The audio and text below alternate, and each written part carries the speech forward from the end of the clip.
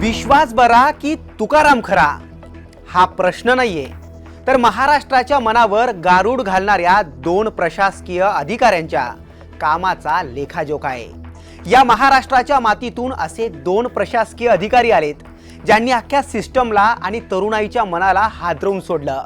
एकानं खाकीची खरी ताकद दाखवली, तर दुसऱ्यानं प्रशासकीय खुर्चीचा रुबाब दाखवला। एकानं आपल्या धारदार शब्दांनी तरुणांच्या मनात जिद्दीची ज्वाळा पेटवली, तर दुसऱ्यानं नियम म्हणजे नियम असं म्हणत न झुकणारा बाणा दाखवला। यातला एक अधिकारी ना बदल्यांना घाबरला, ना राजकीय दबावाला जुमानला, ना गाव गुंडांच्या धमक्यांना घाबरला। त्यानं कारवायांचा असा काही धडाका लावला ज्यामुळे सिस्टम मधल्या भल्यांना अक्षरशः घाम फुटला। आणि दुसऱ्या अधिकाऱ्यानं खाकी वर्दी काय करू शकते आणि तिचा दरारा कसा असू शकतो हे वेळोवेळी दाखवलं। विश्वास नांगरे पाटलांनी कित्येकांनाच खऱ्या अर्थानं जगण्याचा आणि जिंकण्याचा विश्वास दिला, पण सध्या ते सुद्धा टीकेचे धनी ठरलेत। तर दुसरीकडे कारवायांचा सिलसिला, अटक सत्र आणि नियमांचा बडगा उगारून तुकाराम मुंडे हे नाव कित्येकांच्या काळजात घर करतंय। कारण काहीही असो, हे दोन्ही अधिकारी मात्र कायम चर्चेत राहतात। या दोघांची कित्येकदा तुलना देखील होते। दोघांचा फॅन बेस देखील तितकाच मोठा आहे, पण दोघांपैकी कुणाची काम करण्याची पद्धत जास्त पॉवरफुल आहे। हे दोन्ही अधिकारी कसे काम करतात आणि या दोघांचं वेगळेपण नेमकं कशात दडलंय याचाच सविस्तर आढावा घेणारा हा स्पेशल रिपोर्ट। नमस्कार, मी प्रसाद आणि तुम्ही पाहतायत न्यूज 18 मराठी।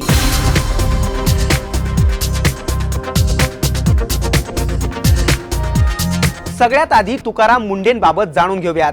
तुकाराम मुंडे हे नाव म्हणजे अभाव आणि संघर्षातून तावून सुलाकून निघालेलं एक पोलाद आहे।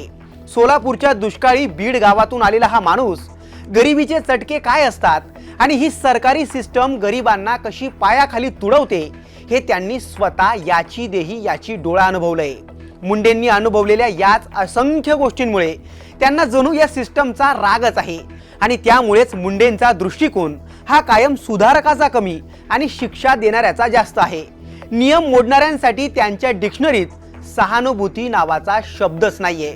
दुसरीकडे विश्वास नांगरे पाटील, सांगलीतल्या कोकरूड गावचं हे नेतृत्व, घरात कुस्तीची आणि पैलवानकीची भक्कम परंपरा, त्यामुळे त्यांच्या रक्तातच नेतृत्व आणि संवाद हे दोन्ही गुण ठासून भरलेत। नांगरे पाटील हे ऑप्टिमायझर आहेत।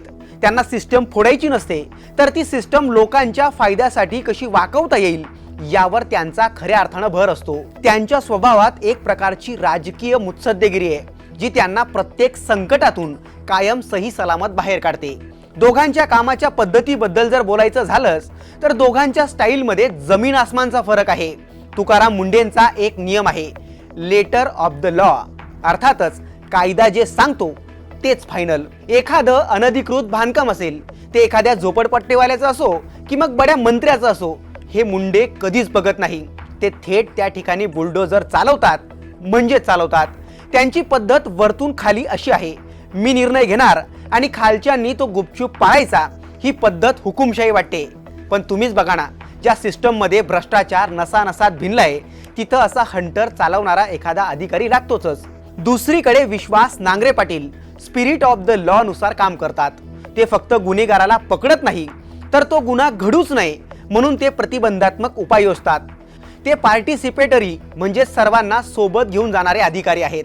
कर्मचाऱ्यांना समजून घेणं, जनतेशी संवाद साधणं आणि गुन्हेगारीच्या मुळावर थेट घाव घालणं ही नांगरे पाटलांची काम करण्याची शैली आहे। आता येतो सर्वात कळीचा मुद्दा, तो म्हणजे राजकारण्यांशी संबंधांचा, आणि इथेच या दोघांमधला खरा फरक खऱ्या अर्थानं दिसून येतो। तुकाराम मुंडे म्हणजे राजकारण्यांसाठी धडकी भरवणारं स्वप्न आहेत। मुंडे कुणालाच जुमानत नाही। नवी मुंबईत असताना सर्वपक्षीय नेत्यांनी एकत्र येऊन त्यांच्या विरुद्ध अविश्वास ठराव आणला। नागपूरलाही ते पुढाऱ्यांशी भिडले। नाशिक, सोलापूर, पिंपरी चिंचवड सगळीकडे राजकीय नेत्यांनी त्यांना विरोध केला। परिणाम काय, तर 20 पेक्षा जास्त बदल्या। पण हा माणूस झुकला नाही। साईड पोस्टिंग मिळाली तरीही चालेल, पण तत्वांशी या माणसानं कधीच तडजोड केली नाही। हाच मुंडेंचा बाणा आहे। या उलट विश्वास नांगरे पाटील हे मुरब्बी खेळाडू आहेत। त्यांना राजकीय व्यवस्थेशी जुळवून घेण्याची अचूक कला अवगत आहेत. ते राजकारण्यांच्या इगोला धक्का लावत नाहीत आणि आपल्या कामाशीही तडजोड करत नाहीत. मुख्यमंत्र्यांपासून ते गल्लीतल्या आमदारांपर्यंत ते सगळ्यांशी संवाद ठेवतात. हेच त्यांचं वेगळेपण आहे. पण ते म्हणतात ना, जगात कुणीही परफेक्ट नसतं. या दोघांवरही वेगवेगळ्या प्रकारे टीका होतेच. मुंडेंवर आरोप होतो की ते वन मॅन आर्मी सारखे वागतात.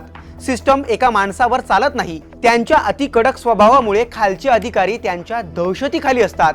बदलीनंतर त्यांनी सुधारलेली सिस्टम पुन्हा भ्रष्ट होते, कारण त्यांनी व्यवस्था उभी करण्यापेक्षा दहशत उभी केलेली असते. त्यांच्याबाबत सातत्यानं अशा अनेक टीका आणि कुजबूज होत राहते. तर नांगरे पाटलांवर टीका होते की ते PR आणि इमेज बिल्डिंगवर जास्त फोकस करतात. सोशल मीडिया आणि भाषणातून ते स्वतःची लार्जर दॅन लाईफ अशी प्रतिमा उभी करतात, असा त्यांच्यावरही सातत्यानं आरोप होतो. शेवटी काय, तर या दोघांनीही महाराष्ट्राच्या प्रशासनात स्वतःचा एक वेगळा इतिहास रचलाय, जे पुसणं कुणालाही शक्य नाहीये. 26/11च्या हल्ल्यात ताज हॉटेलमध्ये घुसून नांगरे पाटलांनी दाखवलेलं शौर्य आणि लाखो तरुणांमध्ये पेरलेलं IPS होण्याचं स्वप्न हा त्यांचा ऐतिहासिक वारसा आहे. तर तुकाराम मुंडेंनी या देशातल्या सामान्य माणसाला एकच मेसेज दिलाय: जर एकटा अधिकारी प्रामाणिक असेल आणि कायद्याच्या चौकटीत राहत असेल तर त्याला कुणीही वाकवू शकत नाही आणि झुकवू देखील शकत नाही. थोडक्यात सांगायचंच झालं, जर तुम्हाला एखादी पूर्णपणे सडलेली आणि भ्रष्ट झालेली व्यवस्था रातोरात साफ करायची असेल तर तिथं तुम्हाला तुकाराम लागेल. आणि जर तुम्हाला तीच व्यवस्था दीर्घकाळासाठी आणि सर्वांना सोबत घेऊन आणि स्थिरपणे चालवायचं असेल तर तिथं तुम्हाला विश्वास लागेल. म्हणूनच आता तुम्हीच ठरवा, विश्वास बरा की तुकाराम खरा. तुमचं मत कमेंट करून नक्की कळवा.